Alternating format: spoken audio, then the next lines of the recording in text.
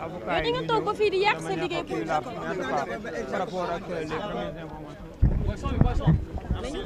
voilà maître Khoureychi Ba mi ngi nii avancel maître avancel tuuti.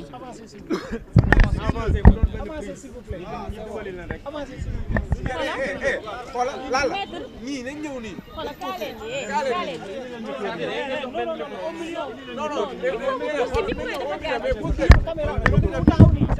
non defal nànk grand defal nànk doucement.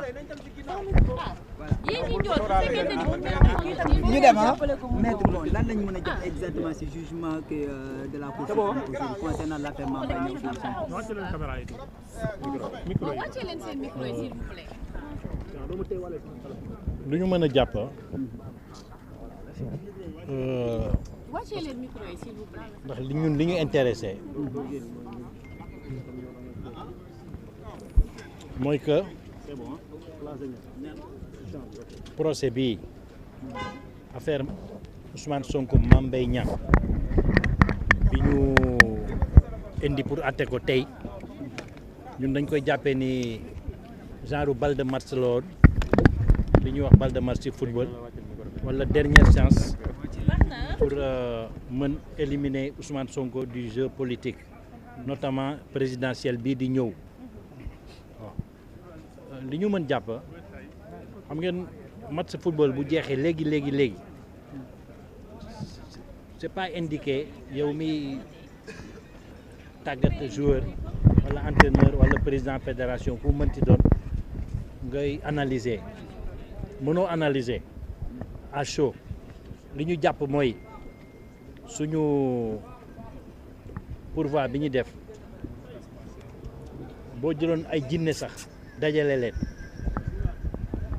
mënuñu ko dàq parce que dañ ko fondé ci ay violation yu bari lool yu doy waar yi nga xam ni bu nekkul juge sax boo ko expliqué ne lii de jaarul yoon kon arrêt Mame Mbaye Niang bi du arrêt bu baax te loolu ñëpp ànd nañ ci ba ci procureur général dafa demandé ñu kase ko souvent dafa am benn expression dañuy wax couper la poire en deux bu ko tubaab bi waxee mooy bu ñu la joxee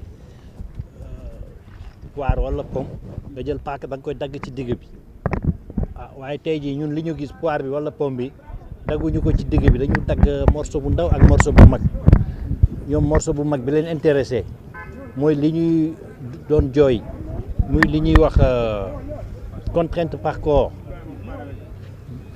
infraction bu mel ni bi ñuy toppee Ousmane Sonko affaire diffamation injure kenn mësul gis ñuy contrainte par corps maanaam bu nit ki ñëwee di laaj xaalisam te mënoo ko fay ñu ne dañ lay tëj nga fay ko ak sa yaram loolu la ñuy wax contrainte par corps loolu la ñu dindi lu ci des nag te loolu dañ ko cassé mais ñu ne jarul renvoi parce que cour suprême bu cassé dafay renvoyer keneen atte ko beneen cour d'appel comme cour d'appel Dakar la ñu def pourvoi bi ndax moom moo atte li mu attee dañu bëggoon suñu cassé wala déjà mu def sursis à statuer parce que dañu demandé woon li ñuy wax exception d'inconstitutionnalité na ko cour bi jox conseil constitutionnel ñu xool ni Sonko atte biñ ko atte jaarul yoon defuñu loolu mais nee nañu maanaam li jëm ci xam nu mu ko expliquer contrainte par corps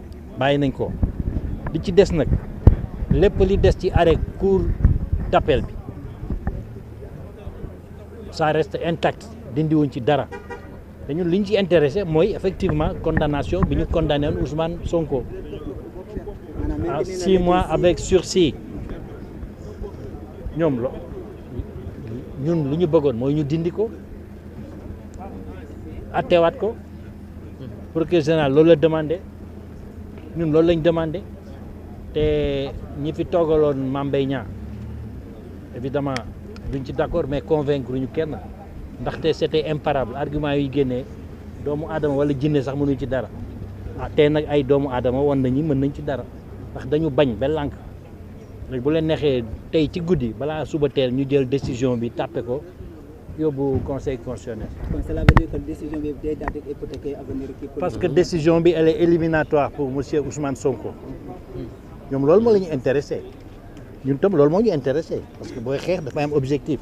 dañ doon gagné lii pour dindi ko pour raser ko mu jeex tàkk Ousmane Sonko retrouver la plénitude de ses droits ñoom gisee wuñ ko noonu maintenant may nañ leen loolu li ci des ça ne nous appartient pas. On est dans l'histoire qui vient de commencer léegi mën nañu jàpp ni ku préparé woon ni da ngay am candidat ci élection présidentielle bu tudd Ousmane Sonko mën nga jàpp ni tey jii li Cour suprême du Sénégal chambre criminelle li mu àtte wane nañ àndu ci que Sonko liñ ko daan ci cour d'appel confirmé nañ ko te article L30 kon boo ko xoolee tëral na conditions yi nga xam ni bu ñu la condamné ci 6 mois juróom-benni weer effectivement yow juróomi at yi ñëw maanaam dañ lay dindi ci liste électorale yi doo mën voter doo mën falu jàppee ko noonu le reste nag mu ngi suñu kanam. Alors, qu'est-ce qu'on peut retenir de ce jugement-là? Bon, je disais que je n'aimais pas trop m'épancher à chaud suite à une décision de justice comme ça. C'est comme si après une rencontre de football, l'entraîneur se permettait de faire des analyses. C'est trop tôt. Par contre, ce que nous pouvons faire, c'est tout simplement constater que au terme d'une gymnastique plus ou moins périlleuse, la chambre criminelle n'a pas fait droit à notre pourvoi.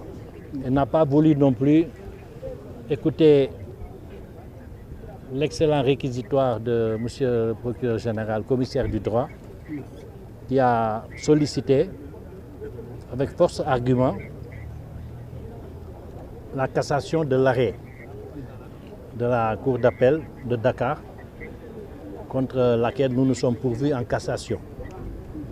Donc nous également nous avons plaidé la même chose, mais comme vous le savez, ça a été précédé par la demande du sursis à statuer, parce qu'on demandait à la Cour suprême de transmettre notre exception d'inconstitutionnalité au Conseil constitutionnel, d'attendre que le Conseil constitutionnel donne sa décision puisqu'elle impacte directement sur la solution du litige entre Mame Mbaye Niang et Ousmane Sonko. Mais ils nous ont dit qu'ils rejetaient cette exception d'inconstitutionnalité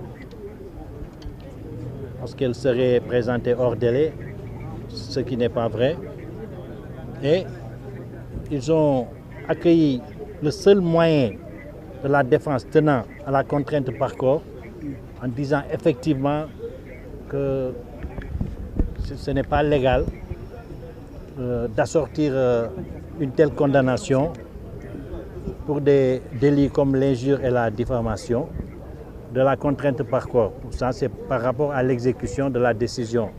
Si jamais il venait à l'esprit de la partie civile de poursuivre le recouvrement de la somme de 200 millions à laquelle a été condamné M. Ousmane Sonko. Il est évident que ce qui les intéressait, parce que la Cour a ajouté qu'elle pouvait à la limite casser cet élément de la décision relatif à la contrainte par corps, mais que ça ne nécessitait pas un renvoi. Par contre, tous les autres points de la condamnation de la Cour d'appel étaient maintenus, notamment l'aspect relatif à la condamnation de M. Ousmane Sonko, encore une fois pour injure et pour diffamation.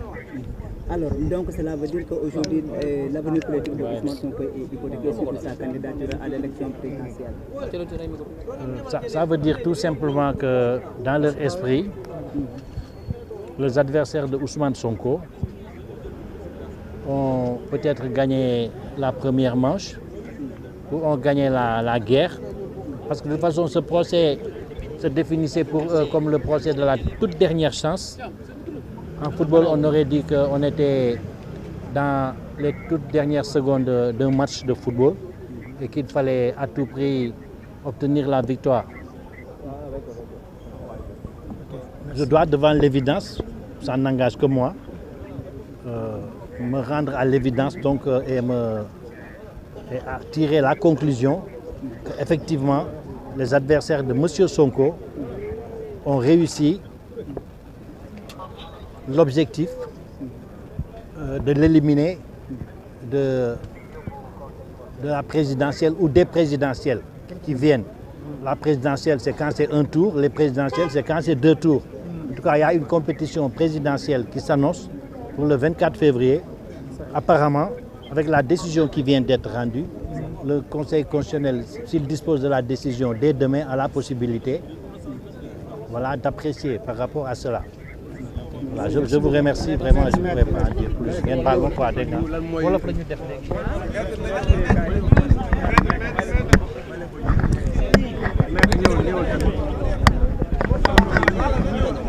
xoolal dara fi nga taxaw dafa sori maître foog nga poussil carrément poussil. cadre yi wax leen. baax na fii ok c'est bon. Maître, votre réaction après cette décision? Bon, ma réaction, elle doit être compréhensible.